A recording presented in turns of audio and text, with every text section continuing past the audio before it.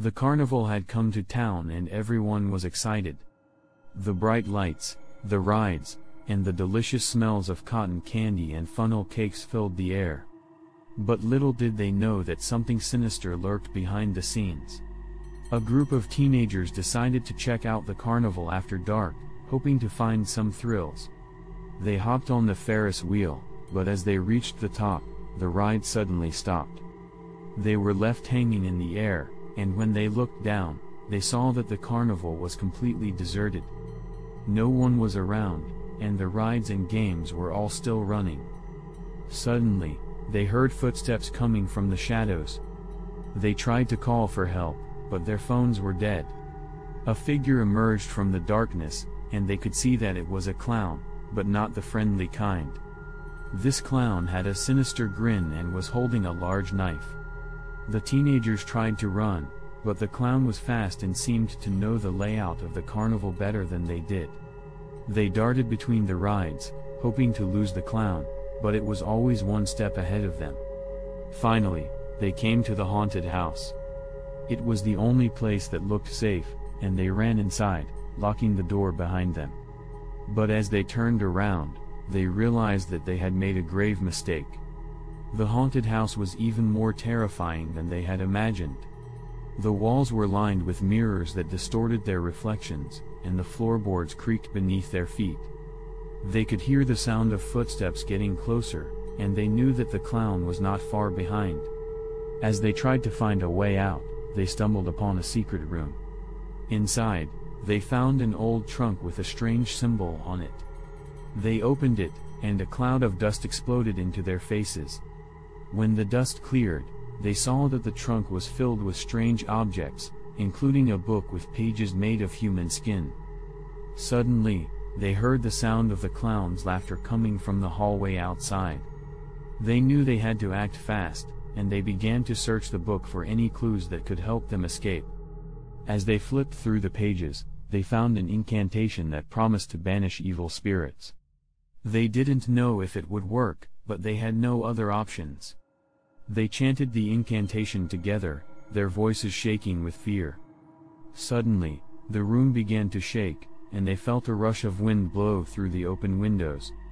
They could hear the sound of the clown's laughter fading away, and they knew that they had defeated the evil that had haunted the carnival.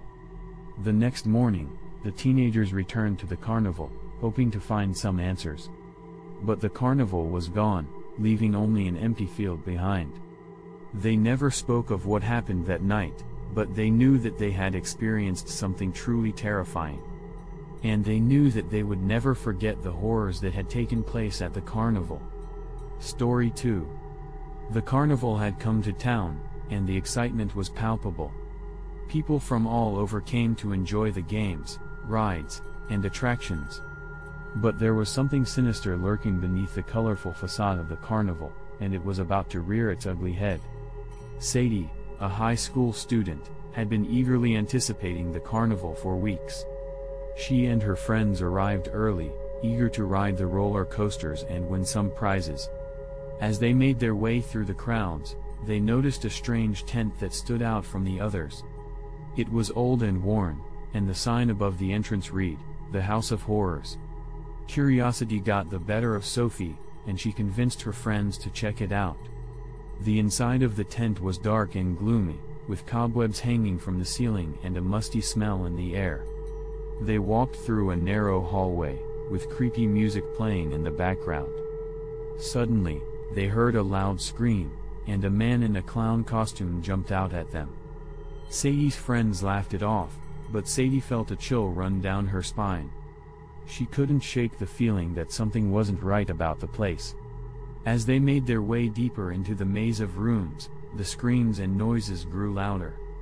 Sadie noticed that the decor was becoming more gruesome and terrifying, with bloody handprints on the walls and severed limbs hanging from the ceiling. Suddenly, Sadie's friends disappeared from sight, leaving her alone in the dark. She tried to call out to them, but there was no response. She could hear their muffled screams and panicked breathing, but she couldn't tell where they were coming from. As she stumbled through the dark corridors, she came across a room that was unlike any of the others. The walls were lined with mirrors, and there was a large, ornate mirror in the center of the room. Sophie approached it cautiously, but as she looked into the mirror, she saw something that made her blood run cold. It wasn't her own reflection that she saw, but that of a grotesque, twisted creature. Its skin was gray and rotting, and its eyes were hollow sockets. It reached out towards her, and Sadie tried to run, but her feet wouldn't move.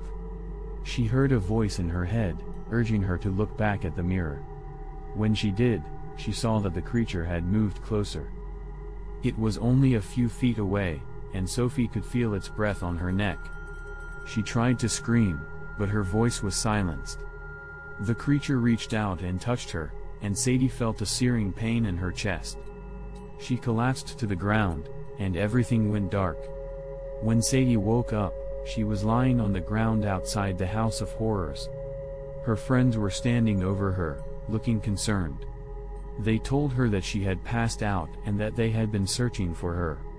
Sadie tried to tell them what she had seen, but they just laughed it off. They thought she had imagined it all, and they were more interested in trying to win some prizes at the carnival games. But Sadie knew what she had seen, and she couldn't shake the feeling that the carnival had changed her somehow. From that day on, she avoided the carnival at all costs, and she warned others to stay away from the House of Horrors. She knew that it was a place of unspeakable evil, and that it was best left forgotten. Story 3.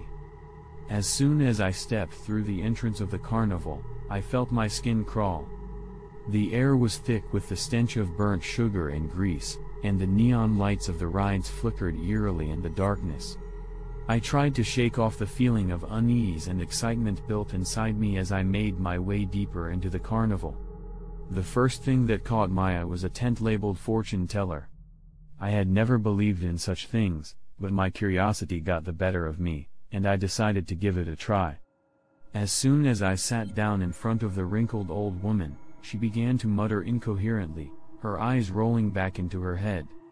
Suddenly, she grabbed my wrist with a grip that was surprisingly strong for an old woman.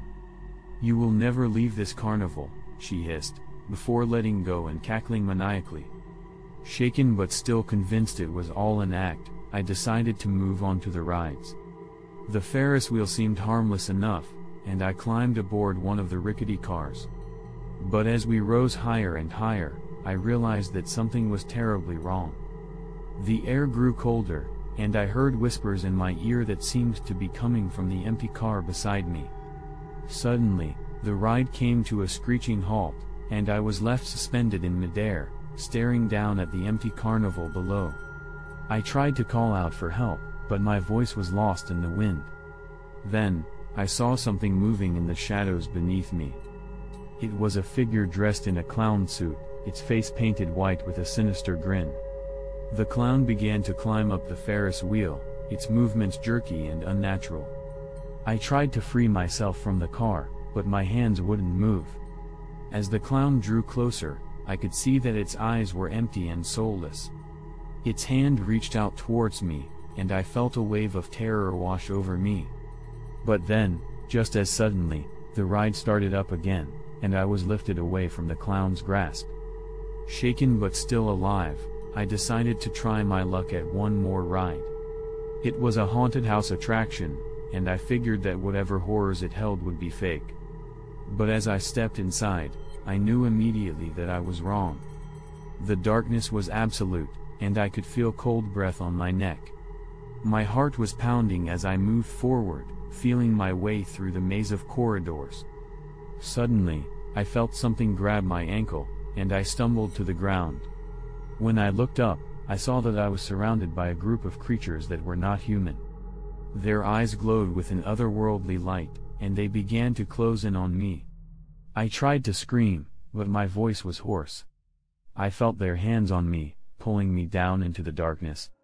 And then, just as suddenly as it had begun, the carnival was gone, and I was lying on the ground, alone in the dark. It was only then that I realized that the carnival had never been real.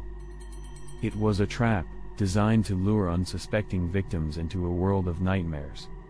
And I was trapped there, just like the others before me, doomed to suffer for eternity in a world of terror and despair.